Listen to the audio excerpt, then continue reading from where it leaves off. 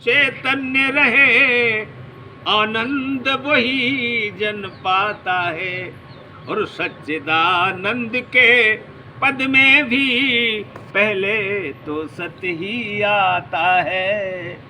तो सत्य स्वरूप आप स्वयं हैं, परमात्मा भी सत्य है, क्योंकि हम परमात्मा की ही तो संतान है, उसी ईश्वर की संतान है जो अविनाशी है। ईश्वर अंश जीव अविनाशी, तो जब ईश्वर के हम अंश हैं तो वो ईश्वर भी तो अविनाशी है, तो हम भी अविनाशी हैं।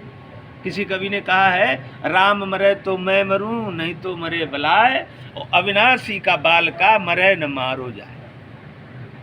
अब भूल कहाँ पे होती है? भूल ये होती है कि हम अपने को देह मान लेते हैं। देह तो शाश्वत है नहीं, सत्य है नहीं, ये तो नाश हो रही है, प्रतिदिन नाश हो रही है, तो ये शरीर रहने वाला नहीं है। अब जब शरीर रहेगा नहीं तो कौन रहेगा, कौन यहाँ से जाएगा?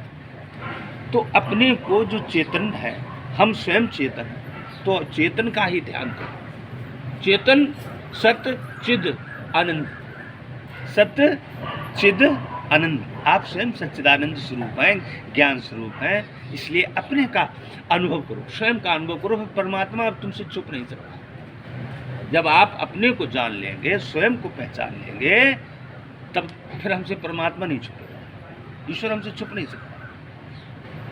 क्यों कि एक ही है, मतलब जो जिसको हम परमात्मा कहते हैं या आत्मा कहते हैं, वो परम है, हम आत्मस्वरूप हैं, वो परम है।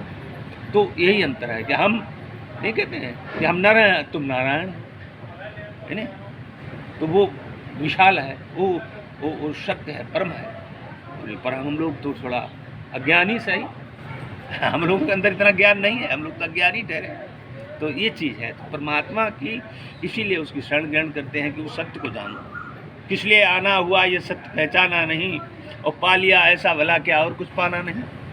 यात्रा में है कहाँ ठहराओ राही है बता, और आके ठहरा है यहाँ, कहता आप कभी जाना नहीं। अब मनुष्य यही तो भूल होती है कि वो कहता हम तो यहीं रहेंगे। नहीं साहब, यहाँ रहने वाले नहीं हो, पर यहाँ जाना पड़ेगा। ये शरीर लेके नहीं जाओगे, जैसे आए थे वैसे ही जाओगे, है नहीं। तो यही बात है असली, तो ये है।